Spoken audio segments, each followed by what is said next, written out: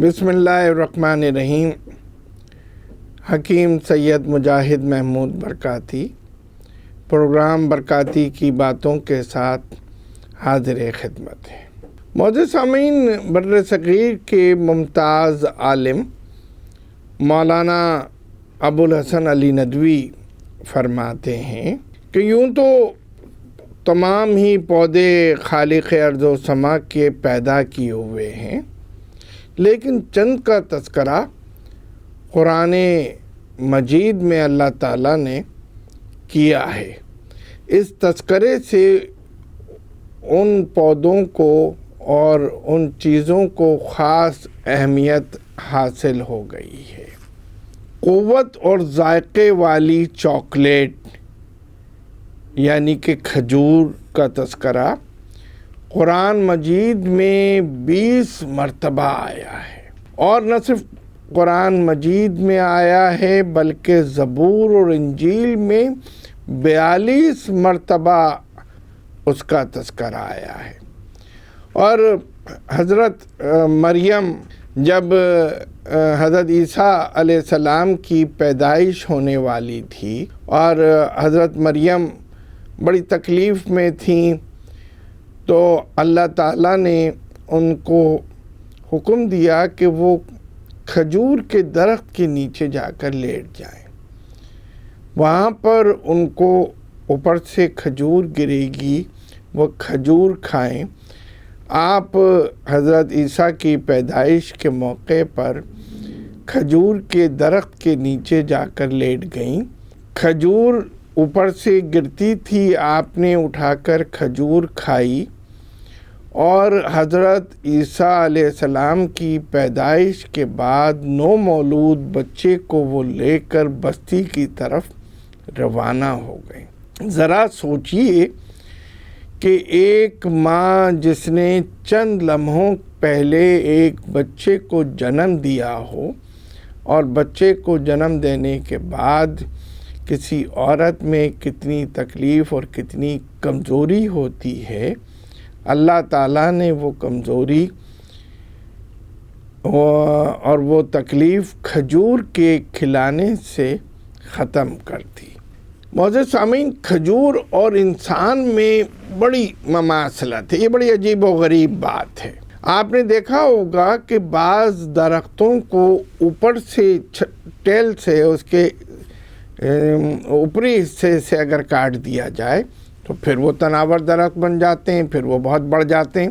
مگر کسی بھی درخت کے اگر جڑ پر نیچے وار کیا جائے تو وہ درخت ختم ہو جاتا ہے۔ مگر کھجور کا درخت ایک ایسا عجیب درخت ہے کہ اگر اس کے اوپری حصے پر ٹیل پر اس کی اگر وار کیا جائے اور وہاں پر اس پر کوئی اس کو کاٹ دیا جائے اوپری حصے سے، تو کھجور کا درخت ختم ہو جاتا ہے۔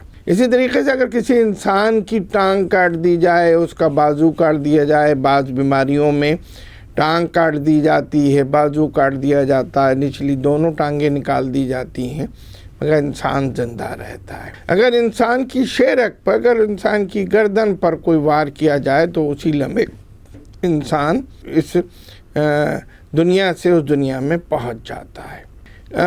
کھجور کا درخت بقائے نسل کے لیے بہت فائدے کی چیز ہے، اور اس درختوں میں ایک بڑی عجیب سی بات یہ ہے کہ اس درخت میں نر اور مادہ ہوتے ہیں۔ مادہ درخت جو ہوتا ہے اس پہ کھجور آتی ہے، نر پر کبھی کھجور نہیں آتی۔ نر پر پھول آتا ہے، اور وہ پھول اللہ کی قدرت اس طرح کی ہے کہ وہ یا تو جو درخت کا مالی ہے، درخت کا باغبان ہے، وہ یا کسی ہوا کے ذریعے وہ پھول اس مادہ درخت کی طرف چلے جاتے ہیں، جس سے وہاں پر کھجور پیدا ہوتی ہے۔ عرب میں کھجور کھانے کا بہت پرانا قدیم رواج ہے۔ حضور اکرم صلی اللہ علیہ وسلم کے زمانے میں جب کبھی کسی صحابی کے یہاں پہلی کھجور آتی تھی درختوں کے فصل کی، تو وہ آپ کی خدمت میں لا کے پیش کیا کرتے تھے، آپ اس کو تناول فرمایا کرتے تھے، اور پھر وہ فروخت ہوتی تھیں۔ عربوں میں یہ روایت ہے کہ سال میں جتنے دن ہوتے ہیں اتنے ہی کھجور کے فائدے ہیں، یعنی کہ 365 دن ہوتے ہیں، یعنی بالکل لامتناہی ایک قسم کے اس کے فائدے بے شمار ہیں۔ کہنے کا مقصد یہ ہے، عراق میں 8000 سال پہلے کی جو تاریخ ہے اس میں کھجور کے کھانے کا اور کھجور کے استعمال کا پتہ چلتا ہے۔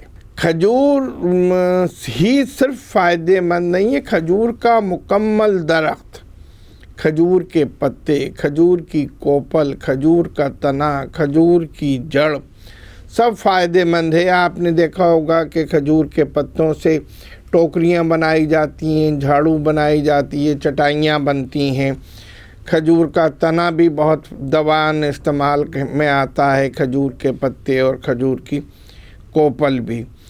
کھجور بقائے نسل انسانی کے لیے بہت اچھی غذا ہے۔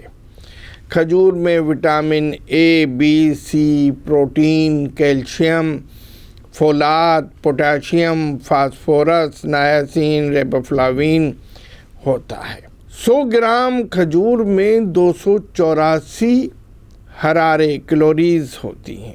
ام المومنین حضرت صفیہ کی شادی کے موقع پر کھجور، پنیر اور گھی سے حلوہ بنایا گیا تھا اور مہمانوں کی توادع اس سے کی گئی تھی۔ حضرت عائشہ فرماتی ہیں کہ میں بہت دبلی تھی، بہت کمزور تھی، اور یہ خیال تھا کہ جب حضور اکرم صلی اللہ علیہ وسلم کی خدمت میں حاضر ہوں تو کچھ توانا ہو جائیں، تھوڑی سی موٹی ہو جائیں، تو آپ کی والدہ نے کھجور اور کھیرا آپ کو کھلایا، جس سے آپ طاقتور ہو گئیں، آپ کا جسم فربا ہو گیا۔ کھجور میں آئرن ہوتا ہے، اس لیے خون پیدا کرنے کے لیے یہ بہت اچھی چیز ہے۔ مقوی جگر ہے، مقوی معدہ ہے، جو فالج، لقوہ اور امراض باردہ جو ہوتے ہیں اس میں یہ بہت فائدہ دیتی ہے۔ جلی ہوئی کھجور زخموں سے خون جب بہہ رہا ہو تو اس کو روکتی ہے اور زخم کو جلدی یہ بھر دیتی ہے۔ کھجور ٹیوبرکلوسس، سل دق میں بہت فائدہ دیتی ہے۔ کھجور کی گٹلی کو باریک پیس کر کھلانے سے دست بند ہو جاتے ہیں۔ یہ ورموں کو تحلیل کرتی ہے۔ کھجور کو خشک کر کے گٹلی کے ساتھ ملا کر منجن بنایا جاتا ہے اور پھر وہ منجن دانتوں اور مسوڑوں پہ لگایا جاتا ہے۔ مغز بادام 2 تولہ اور کھجور 2 تولہ ملا کر کھانے سے طاقت آتی ہے، خاص طور سے مردانہ طاقت میں یہ بہت فائدہ دیتی ہے۔